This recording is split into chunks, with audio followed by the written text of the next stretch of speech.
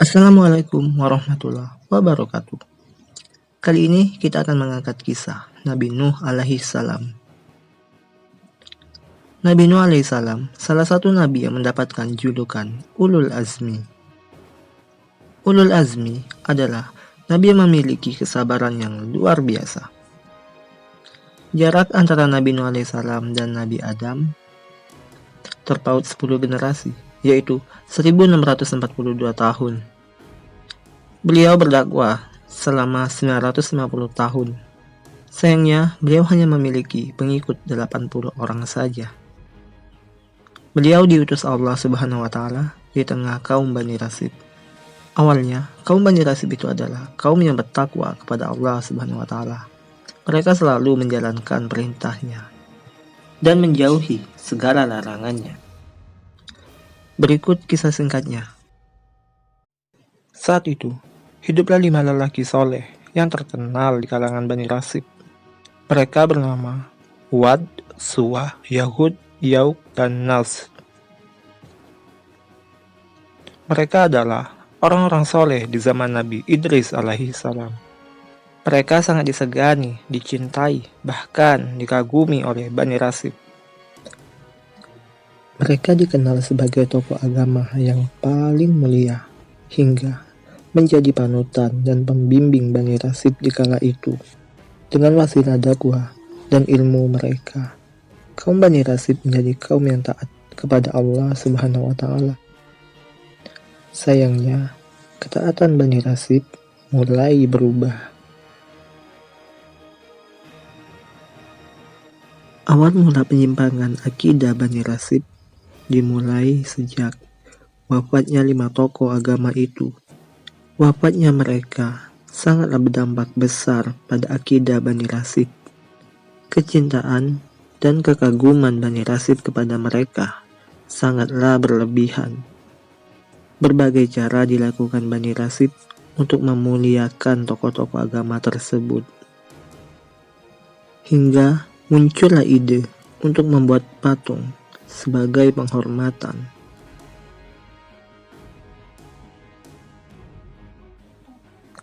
Mereka inisiatif membuat patung untuk mengenang jasa tokoh-tokoh tersebut. Nama patung-patung itu sesuai dengan nama-nama tokoh agama itu. Setelah selesai membuat patung, lamban laun, setan pun menggoda Bani Rasib. Setan membisikkan untuk menyembah patung-patung itu. Dengan tipu dayanya, setan pun berhasil menyesatkan Bani Rasib. Awalnya, patung itu difungsikan sebagai penghormatan. Akibat hasutan setan, hingga berubah menjadi sembahan. Na'udzubillah. Inilah awal mula kesyirikan pertama yang terjadi di muka bumi ini. Hingga Allah Azza wa Jalla mengutuskan seorang Rasul. Ya, Rasul pilihannya adalah Nabi Nuh alaihi salam. Nabi Nuh alaihi salam memiliki nama asli Abdul Ghaffar. Beliau anak dari Lamik bin Matawashali bin Idris alaihi salam. Beliau memiliki 4 orang anak, yaitu Kan'an, Sam, Ham, dan Yafid. Ibnu Abbas meriwayatkan tentang Nabi Nuh alaihi salam. Nabi Nuh alaihi salam diangkat sebagai nabi pada tahun 3650 sebelum Masehi. Awal dakwah beliau pada usia 480 tahun. Sedangkan peristiwa banjir setelah usianya 600 tahun. Dan wafatnya pada usia 950 tahun. Setelah mengetahui silsilah Nabi Nuh alaihi salam, yuk kita lanjut ke kisah singkat dakwah beliau. Allah Subhanahu wa taala mengutus Nabi Nuh alaihi salam untuk menyerukan tauhid kepada Bani Rasib. Sayangnya, dakwah beliau tidaklah berjalan mulus. Beliau ditentang dan dicaci, dimaki, bahkan dibilang gila oleh kaumnya. Ajakan Nabi Nuh alaihissalam untuk mentauhidkan Allah Subhanahu wa taala tidaklah membuahkan hasil yang maksimal. Hanya sebagian orang saja yang mengikuti ajarannya, dan mereka berkata, "Hai Nuh, sesungguhnya engkau telah berbantah dengan kami, dan engkau pula telah memperpanjangkan bantahanmu terhadap kami. Maka datangkanlah kepada kami azab yang engkau ancamkan itu, jika kau termasuk orang-orang yang benar." Kaum Nabi Nuh alaihissalam dibagi menjadi dua golongan, yaitu golongan pertama adalah golongan orang-orang miskin, sedangkan golongan kedua adalah golongan pengusaha dan bangsawan. Hanya golongan pertama yang mengikuti ajaran Nabi Nuh alaihissalam. Meskipun Nabi Nuh alaihissalam dizolimi, beliau tetap tabah dan ikhlas menerima perlakuan kaumnya. Nabi Nuh alaihissalam mengadukan keluh kesahnya kepada Allah Subhanahu wa Ta'ala. Sambil beliau memanjatkan doa, beliau berkata, "Ya Tuhanku, sesungguhnya aku telah menyeru kaumku siang dan malam, tetapi seruanku tidak menambah iman mereka. Justru mereka lari dari kebenaran. Dan sesungguhnya aku menyeru mereka agar engkau mengampuni mereka. Tetapi mereka memasukkan jari ke telinganya dan menutupi mukanya dengan bajunya, dan mereka tetap ingkar dengan kesombongan. Dan sesungguhnya aku telah menyeru mereka dengan secara terang-terangan. Kemudian aku menyeru mereka dengan secara terbuka dan secara diam-diam." Setelah Nabi Nuh alaihissalam selesai berdoa, tak berapa lama doa Nabi Nuh alaihissalam pun dijabah oleh Allah Subhanahu wa Ta'ala. Hingga Allah Subhanahu wa Ta'ala memberikan wahyu kepada Nabi Nuh alaihissalam. "Dan buatlah kapal itu dengan pengawasan dan petunjuk wahyu kami. Dan janganlah engkau bicarakan dengan aku tentang orang-orang zolim. Sesungguhnya mereka itu akan ditenggelamkan." Setelah Nabi Nuh alaihissalam mendapatkan wahyu, beliau langsung mengajak pengikutnya untuk membuat sebuah kapal di atas bukit bergurun. Sebelumnya, Nabi Nuh alaihissalam menanam pohon selama ratusan tahun untuk bahan baku pembuatan kapal. Seperti yang dijelaskan oleh Ibnu Katsir dalam buku tafsirnya. Setelah bahan baku pembuatan kapal terkumpul, dan mulailah Nabi Nuh alaihissalam membuat kapal. Dan setiap kali pemimpin kaumnya berjalan melewati Nabi Nuh, mereka mengejeknya. Berkatalah Nuh, "Jika kalian mengejek kami, maka sesungguhnya kami pun akan mengejek kalian, sebagaimana kalian mengejek kami." Setelah beliau mendapatkan ejekan dari kaumnya, Allah Subhanahu wa Ta'ala menyenangkan hati Nabi Nuh alaihissalam dengan firman-Nya. Dan diwahyukan kepada Nuh, bahwasanya sekali-kali tidak akan beriman di antara kaummu, kecuali orang-orang yang telah beriman. Karena itu, janganlah kamu bersedih hati tentang apa yang selalu mereka kerjakan. Nabi Nuh alaihissalam dan pengikutnya tetap tekun membuat kapal, meskipun memakan waktu yang sangat lama. Apalagi mereka diuji dengan ejekan kaum zolim itu. Jerih payah dan tetes keringat mereka akhirnya membuahkan hasil. Hingga terbuatlah sebuah kapal raksasa yang kokoh dan mampu menampung manusia dan ribuan hewan-hewan di dalamnya. Setelah itu, Allah Subhanahu wa Ta'ala menurunkan wahyu kepada Nabi Nuh alaihissalam. "Dan apabila perintah kami telah datang dan dapur telah mengeluarkan air, kami berfirman, muatkanlah ke dalam kapal itu dari masing-masing binatang sepasang dan keluargamu, kecuali orang yang telah terkena ketetapan terdahulu, dan masukkanlah orang-orang beriman." Dan ternyata orang-orang beriman bersama Nuh hanyalah sedikit.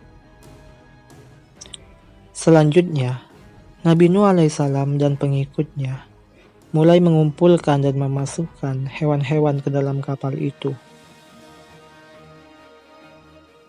Mungkin sebagian kalian belum tahu seberapa besar ukuran kapal Nabi Nuh alaihissalam, hingga mampu menampung manusia dan banyak hewan-hewan di dalamnya. Berikut ulasannya. Para ilmuwan berbeda pendapat tentang ukuran kapal Nabi Nuh alaihissalam. Menurut Baidawi, ukuran panjang kapal Nabi Nuh alaihissalam 300 hasta, yaitu 50 meter, lebarnya 30 meter, dan memiliki 3 lantai. Lantai 1 dimuatkan untuk hewan-hewan mamalia dan lain sebagainya. Lantai kedua dimuatkan untuk manusia, yaitu Nabi Nuh alaihissalam dan juga pengikutnya. Sedangkan lantai ketiga dimuatkan untuk burung-burung dan unggas. Dan mulailah Nabi Nuh alaihissalam dan pengikutnya membukakan pintu kapal untuk memasukkan hewan-hewan ke dalamnya. Bahkan, mereka juga tak segan untuk mencari hewan-hewan yang masih di hutan untuk diajak masuk ke dalam kapal. Dan Nuh berkata, "Naiklah kamu sekalian ke dalamnya dan menyebut nama Allah di waktu berlayar dan berlabuh. Sesungguhnya Tuhanku benar-benar mengampun lagi Maha Penyayang." Ketika semua hewan-hewan dan manusia sudah masuk ke dalam kapal, tiba-tiba cuaca berubah. Langit pun mulai menggelap, awan pun mulai menghitam. Petir pun menggelegar, angin pun bertiup kencang, hujan pun mulai membasahi bumi. Itu menandakan bahwa azab Allah Azza wa Jalla akan tiba. Di sisi lain, muncul angin kencang hingga menghancurkan pemukiman Bani Rasid. Kaum Bani Rasid pun mulai panik hingga mereka bingung menyelamatkan diri kemana. Belum hilang angin kencang, kemudian mereka disambut lagi dengan naiknya ombak ke pemukiman penduduk zalim itu.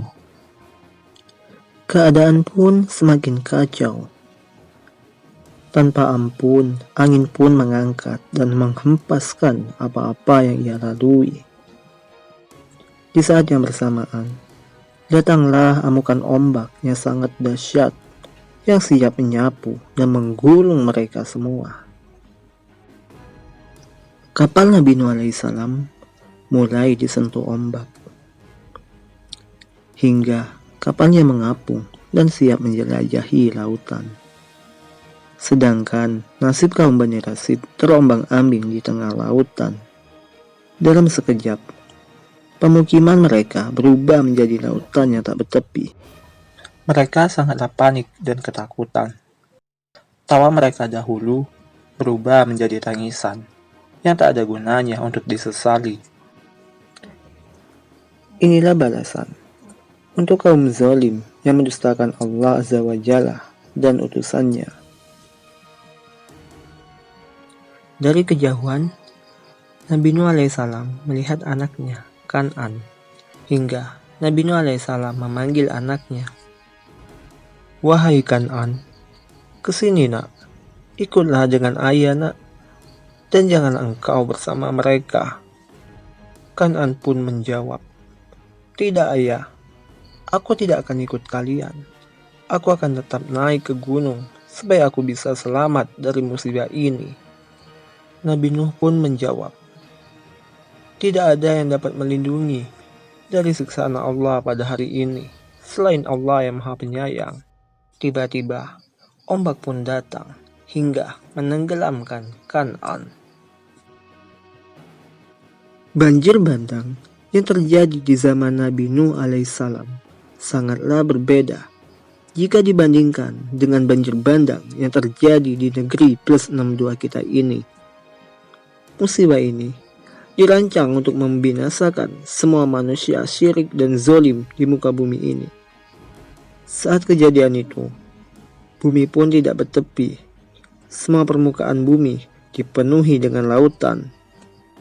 Ombak pun seolah-olah mengamuk hingga menghempas badan kapal Nabi Nuh alaihissalam. Begitu pula dengan hujan dan angin, seakan-akan tak mau berhenti. Kapal Nabi Nuh alaihissalam terombang-ambing di lautan selama 40 hari 40 malam. Saat musibah itu, semua kaum zalim dibinasakan oleh Allah Subhanahu wa taala tanpa ada sisa. Hanya Nabi Nuh alaihissalam dan pengikutnya yang selamat. Nabi Nuh alaihissalam pun berdoa kepada Allah Subhanahu wa taala. Segala puji bagi Allah yang menyelamatkan kami dari kaum yang zalim. Wahai Robku, tempatkanlah kami pada tempat yang diberkahi, dan Engkau adalah sebaik-baik pemberi tempat. Setelah itu, Allah berfirman, Hai bumi, telanlah airmu, dan hai langit, berhentilah. Dan air pun disurutkan, perintah pun diselesaikan, dan kapal itu pun berlabuh di atas bukit Judi. Dan dikatakan, binasalah orang-orang zalim. Setelah lautannya surut, tanpa sengaja, kapal Nabi Nuh alaihissalam pun mendarat di puncak gunung Judi. Setelah kapal berlabuh, Nabi Nuh alaihissalam pun mendoakan anaknya, Kan'an. Ya Tuhanku, sesungguhnya anakku adalah termasuk keluargaku, dan janjimu pasti benar, dan Engkau adalah hakim yang paling adil. Dan Allah berfirman, Wahai Nuh, sesungguhnya dia bukanlah termasuk keluargamu, karena perbuatannya sungguh tak baik.